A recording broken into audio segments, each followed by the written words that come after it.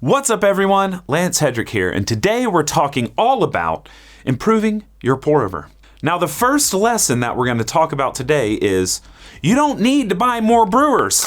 New brewers are not going to automatically level up your home coffee. Now, you may say, but Lance, I get different tasting coffee with different brewer geometries. Well, sure, of course you will, but that's the last part of the puzzle. You can get a delicious coffee from any of these brewers as long as you're focusing on the three most important ingredients, which is water, the filter, and the grinder.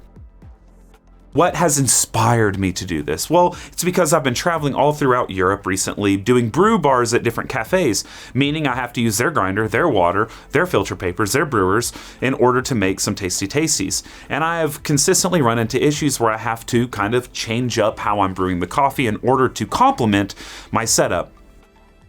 In filter coffee, water is of extreme importance because over 98% of that final cup of coffee is indeed your water. So if your water is trash, the coffee's going to be trash. Something like a Brita, something that will clean up your water, get rid of the chlorine taste, maybe soften it up a bit. And when I say soften, I mean remove some of the minerals. That's going to help your coffee quite a bit. Ideally, you live in an area where the water is great out of tap, which some cities in the world have that luxury. But the sad reality is the majority of us in the world have much harder water coming out of the tap, meaning there's a lot more minerals that fill it. Some places have upwards of 200, 300, 400 parts per million in their water. That can be a range of different minerals filling it. You can buy the nicest grinder in the world, the greatest filter papers, the coolest brewer, and the most expensive beans, and it can taste like absolute garbage. My recommendation is to get something like a zero water pitcher. Third Wave Water, Perfect Coffee Water, Aqua Code all give you kind of like a dump and brew situation. I co-founded a company just a few years ago called Lotus, which has a similar goal in mind, but again, you need to start off with soft-ish water or distilled water. Here is an example of one of the types of zero water pitchers. Now, inside is a very heavy filter, strips everything out of the water, which is great. That's really cool, and that way you can remineralize it. But it strips everything out, which means the harder your water is, the shorter the lifespan of this filter is.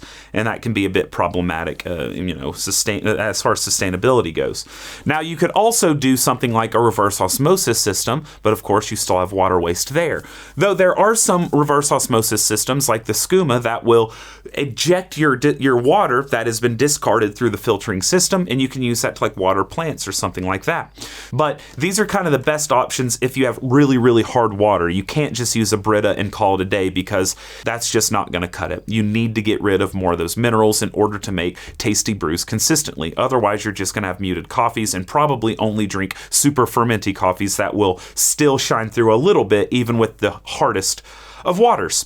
You put water in, out comes completely distilled water for the most part. It's down to almost 0 ppm, if not 0 ppm, which means nothing is in it. It's just pure H2O with, some hydroxide hydronium that's going in flux, but it's about 99.8% H2O. And then you have to mineralize it yourself. Of course, you can do the home style of remineralization by using Epsom salt and baking soda, which are, your bicarbonate and your general hardness, but those are never quite pure, so I like to recommend using more pure substances, which, some of these water retailers are using.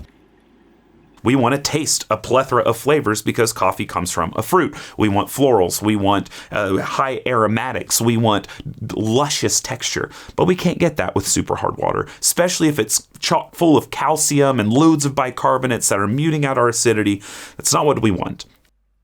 Now, the minerals largely contributing to our taste perception include calcium, magnesium, and then of course we have our bicarbonates, which would be like a potassium bicarbonate or a sodium bicarbonate or something along those lines. Now, there are some other minerals that could be contributing to flavor, but it does seem that whether it's a magnesium sulfate or a chloride, if you're using pure elements, it shouldn't matter. But if we're using something like Epsom salt versus a pure magnesium sulfate, there will be a difference there. And a lot of people have noted that Epsom salt, magnesium sulfate, pales in comparison to buying magnesium chloride. the main thing that matters are those cations, which would be the magnesium from magnesium chloride or the calcium from calcium chloride.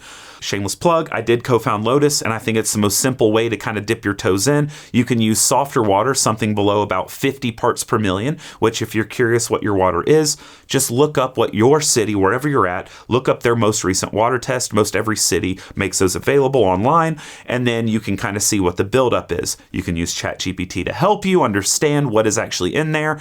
Like you can say, how much ppm in my city's water is calcium versus magnesium versus whatever.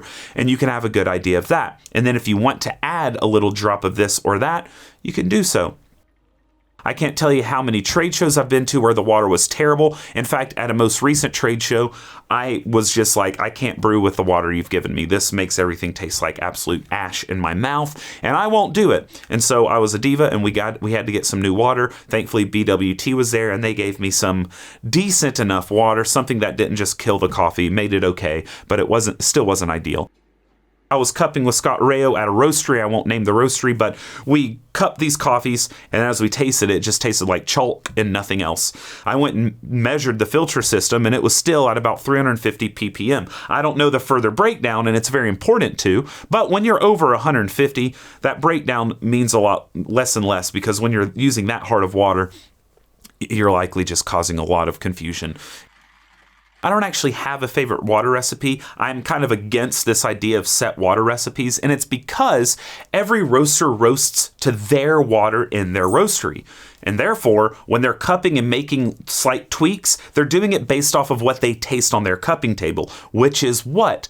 Dictated by their water. So I try to match roasteries' water in order to get what they kind of are wanting out of the coffee. And normally, 9 times out of 10, that's where the coffee will taste best. Now, I might do some post-mineralization, which literally means I'm adding minerals to my brewed cup of coffee in order to play around with things. But for the most part, I do try to replicate roasters. So I don't have a one and done kind of go-to, though I do have something I'll go to if I'm not sure on the roaster's water, maybe around 50 or 60 parts per million overall. You can measure that with a $6 electroconductivity meter, but that doesn't tell you everything. If you have 50 or 60 parts per million, it could be majority bicarbonate, which means you're going to have completely no acidity in your final cup, because bicarbonate takes away essentially the acidity presentation. And I like to use a decent amount of magnesium, maybe trickle in calcium, or switch those depending on the coffee. But essentially my general hardness will normally sit around 30 to 50 parts per million, and then my bicarbonate around 10 to 20 parts per million. Now, I'll get to a place and they're like, yeah, we've got V60s. We know you love V60s. Great. I love V60. And then they pull out their filter papers, and it's like the Hario branded filter papers. And I'm like, oh no, this is going to be rough. Different filters have way different properties about them. In fact, there are some I just don't think make good coffee at all. Taste is subjective, but I do not like the Hario branded ones unless it's the old school untabbed Hario V60 filter papers. Some of these tabbed Hario filter papers tend to cause really slow drawdowns and elongating the contact time between the water and the grounds, clogging more often, and causing just really not great cups of coffee, especially the way I like to brew. I'm a big proponent of getting paper filters that match what you want. We can prove this with little microscopic images that Jonathan Gagne has put in his book, Physics of Filter Coffee. In this book, he shows up-close images of these different filter papers in order for you to get an idea of the consistency of these filters, of the pore sizes, of the thickness, of the crinkles in it, which all kind of dictate how many fines or microparticles the paper can actually take or absorb before clogging. The highest quality, without question, are Siberist papers. They're made in Barcelona, but they are incredibly expensive. So unless you're someone who just wants to spend a lot of money on your filter papers, they're probably not a great idea. My daily is the T90 Medium Dark from Cafec. These I have loved for years, and then Gagne's book came out and it showed that this was one of the highest scoring paper filters that he was looking at, meaning it was the highest consistency of fibers, it had really nice porosity, it had a high capability of absorbing fines without clogging, things like that. Now what I've got here is the T90 in my left hand, and then one of the Hario papers in my right hand. I'm going to brew up everything constant, everything the same water, same temp, everything. Brew them side by side, and we're going to note the drawdown time, the extraction, and then the taste, because that's the most important thing. But there are going to be some big differences between these two.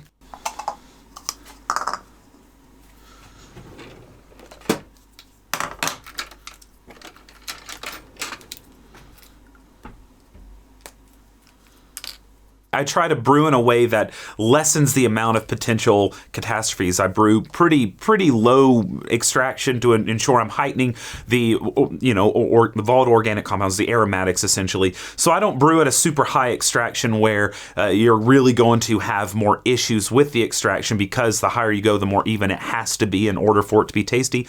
So I brew it kind of a low risk way. And a lot of that's because I can't be fooled around I can't be hassled to sit around and dial things in all the time when I'm testing a lot. But I also really enjoy more tea-like brews. But anyway, on the Café dripper, we had a 1:44 drawdown, whereas on the Hario, it was 2 minutes and 11 seconds. So almost a 30-second disparity between the two. That's already something that's quite big. Let's now measure extraction.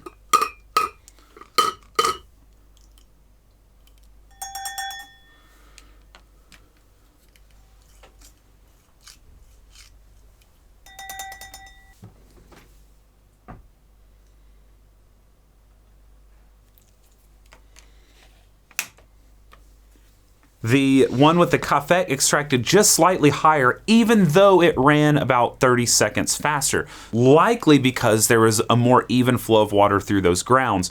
The clogging nature of the other one is probably what caused it to take a little bit longer and not even increase extraction very much. So they're both almost identical as far as their extraction, though this one took quite a bit shorter time.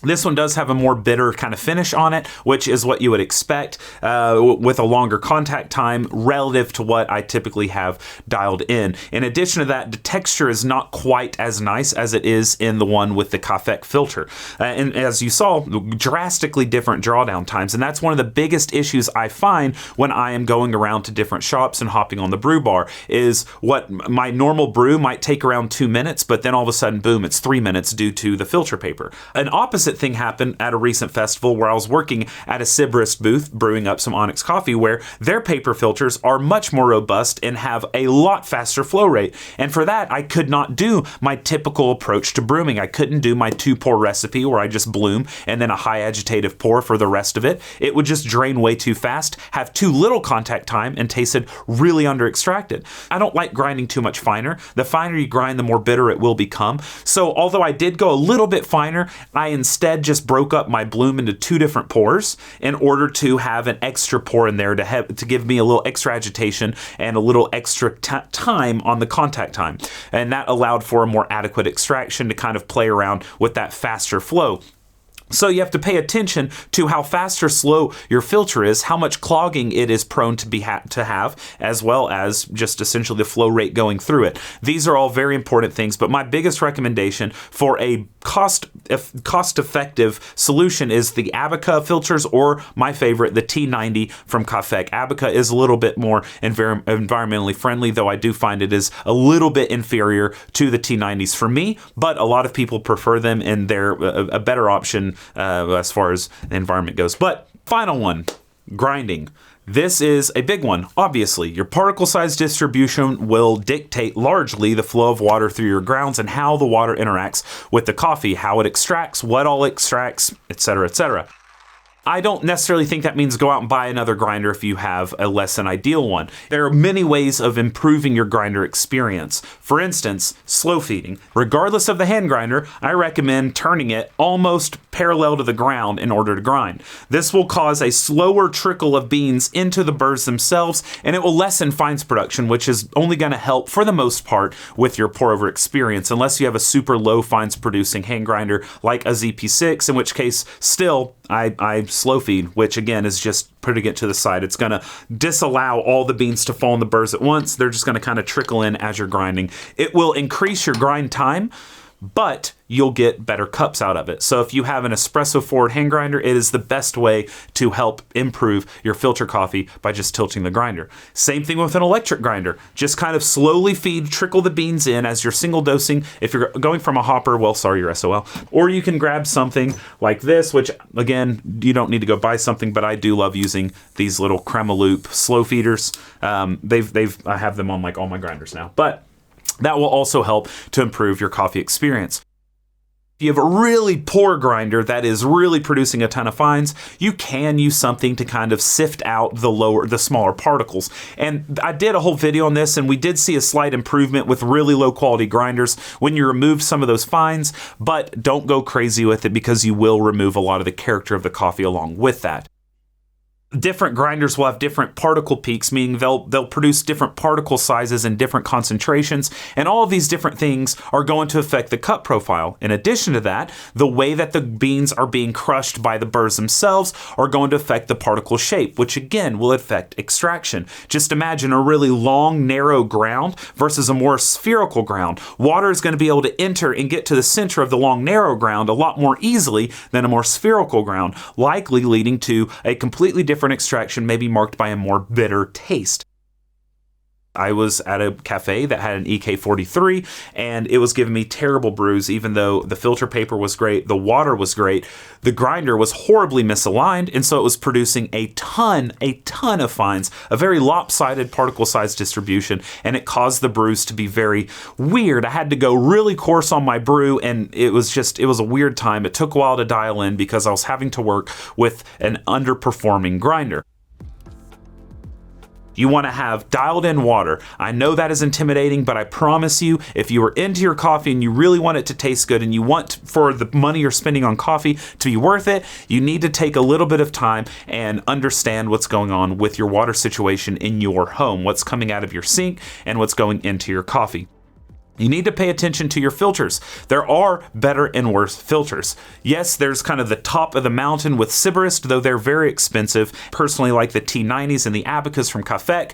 I do not like a lot of the cheaper paper filters because it just tends to slow down the drawdown and cause a lot more muddy of an expression of the coffee, which is not good. So pay attention to your filters. You've heard my recommendations, but of course play around on your own. And then finally, the grinder. There's no real way to super improve your grinder other than, upgrading, but I do not recommend upgrading your grinder. You can use what you have. Just play with slow feeding, angled grinding. You can sift out some fines if necessary, but play around with that and just know that you cannot replicate recipes you see online if you have different grinders or even if you have the same grinder, because peak particles are going to have different particle distributions depending on your grinder. Someone may say, oh, I'm grinding at table salt. Well, your table salt may have a ton more fines and a ton more boulders than their table salt. So it just depends on what grinder you have in your situation. You want to focus and set on your situation, on your water, on your filters, and on your grinding in order to have the best experience. And we're done. Thank you so much for watching. I hope that you enjoyed it. I hope that you learned something. But most importantly, I hope that you brew something tasty today. And cheers.